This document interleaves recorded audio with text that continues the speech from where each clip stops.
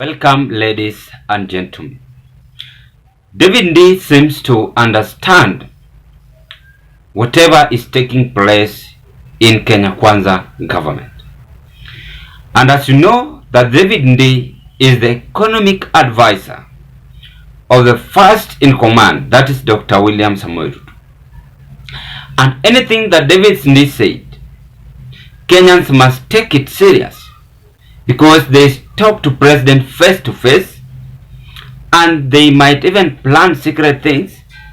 Then David Ndii might be propelled and exposed. And according to whatever I want us to analyze, is a kind of whatever is taking place in State House, which have been exposed by David Ndii. David Ndii is saying that Ruto spent 631 billion in 3 months. Some were asking, how is it possible? And what you ought to understand is that it is very possible, because as a president, you can even spend much if you don't love Kenyans, because kwa serikali kuna pesa. So it is possible, my brothers and sisters. And that is what we want to dig deep and come out with a resolution on how to solve this problem. It's saying that it's forced to explain on how Ruto is spending such kind of amount in State House.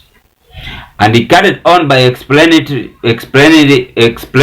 it further and further,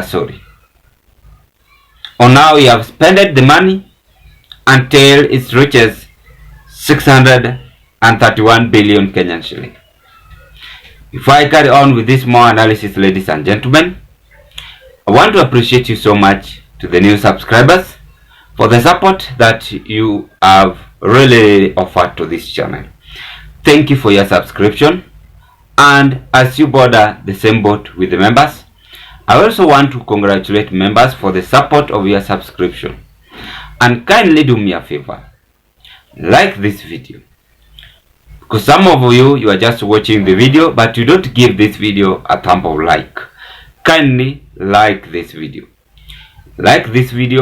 share, and also give us your opinion at the comment section below. Thank you for that support if you do so. So David Ndii is totally spilling the beans of what Kenyans were not expecting to listen to or to hear on this. Because right now, people are stranded and they want the economy to be restored back, and they want the government to stop overtaxing them. Over the cliff and taking us back for that may not necessarily be appreciated. Yes. Because it may not necessarily deliver into quick wins, because if you are operating from below ground level, by the time you come to ground level, people may not see the impact. Yeah. Okay. So the 212 figure that we're paying for a liter right now, petrol, is justified given where we were?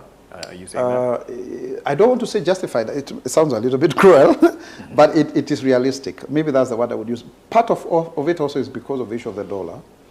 For sure, when William Ruto took over government, we were doing almost $110 It has increased to 150. And there was a projection that by the end of the year, it should be 180. Now, the dollar is losing its value up to 93%. Since the 1900s, I think, and 80s, I'm not wrong. But then our shilling is losing the value further. And it's not just Kenyan currency. If you look at South Africa, the rand has lost its value by up to 60%. Okay. Yeah? So that has a very serious effect. So what was the reaction? First, you see President Ruto leading a very serious campaign of de-dollarization, so that if you are buying something from Tanzania, you can buy them from in T shillings and K shillings. And then if you buy them from Saudi Arabia, the oil in bulk, then you pay it in Kenya shillings. Okay. And I think that's a good move, because even when you go abroad, your card, you are given an opportunity to either buy in dollars or in Kenya shillings. All right. Mutemi, I don't know how you're hearing this and the explanation given by the government. First of all, they say they inherited an economy that was in the pits. Wengine wanasema store ilikuwa empty, haikuwa na kitu. And then there's the aspect of international headwinds that are contributing to where we are. What are you believing in terms of the explanation? I think with all due respect, Mr. Maura, I won't call him CAS Maura because he has not confirmed whether he's employed or not. I think it's disrespectful to Kenyans, to especially Kenyans who, for the last few years, a majority of Kenyans are educated. They can see things. They can see the international trends. Yeah.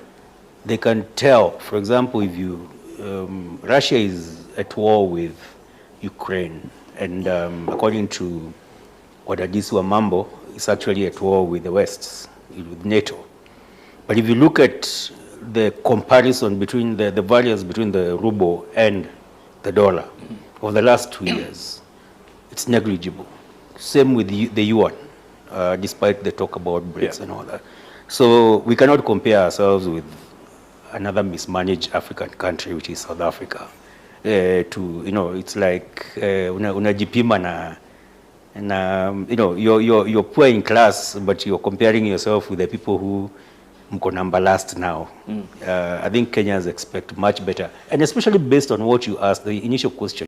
And the teams are like David Ndii, that the people who have been defeated, to explain further on how the government is spending the amount in a month or under the administration of Kenya Kwanza. So you've even listened to Mwaura is coming out with narratives or history. And as you know, that as we speak right now, Kenyans are tired and they want the government to do something for them. That is the true picture. So David Ndii is coming and explaining further on how President Ruto used 631 billion. I just want to pick some points there as I'm displaying it. Allow me, ladies and gentlemen. 233 billion through the Eurobond. Remember the Eurobond, which was taken by Uhuru Kenyatta. Again, 240 billion issuing infrastructure bond. So these people borrowed even the infrastructure in the Eurobond, and so on and so on. It carried on to explain it until it reaches that amount. Then what have tongue-tied me is that they are trying so much, but where are this money going from? Because Kenyans are not even enjoying the fruit. No Kenya in a single day wake up in the morning and said it publicly that I'm enjoying paying tax in my country. No Kenya. It is just bitterness, war between each other, war between residents and the government, war between the judiciary and the government. Hakuna mwenye anatarajia mwenzake mabaya. Yani we are all enemies. How I wish our country could be a place or a state of each and every person is now feeling enthusiastic of paying taxes on behalf of taxation deduction.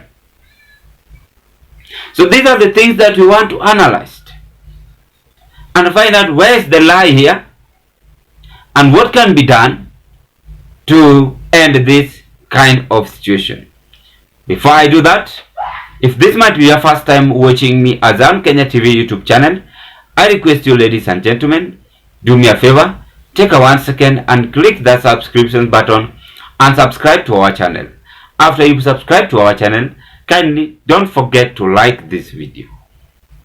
Like this video, watch, share and give us your opinion as you border the same boat with the members, and be blessed so much.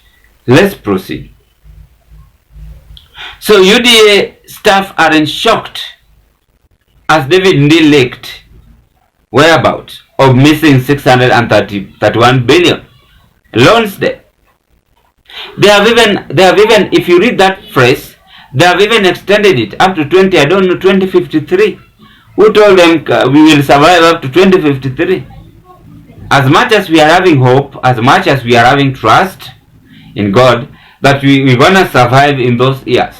But the big question is, ladies and gentlemen, how much have they spent to ensure that Kenyans are not distressed? So Kenyans were expecting impressive things to be done for them. But as we speak, they are stranded, speechless. What Kenyans are now passing through is just political hatred, political suicide, and no one cares. Or now the heavy taxation which have been now implemented on them, how can be rectified and be solved in this time we are now experiencing such kind of dictatorship emerging in our country. I'm not saying that any government is good. Even Uhuru Ruto's government was the worst. But no one deceives you. Even UDA's government, where Ruto is together with Rigathi Gachagua, is the worst again.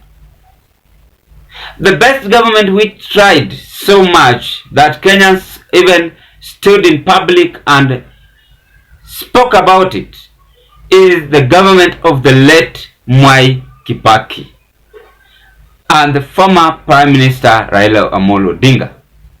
If we recall, 2012, those who are there, like us, those days, and we saw how Kibaki worked. It's totally different on how this government work. So I will wish to say that I believe that there are those who still remains who used to work under the late Mwai Kibaki's administration, that Kenya Kwanza should take time and seek advices from the regime who used to work under Kibaki's administration, or else this country is going to sink and no one will be capable even to restore it back.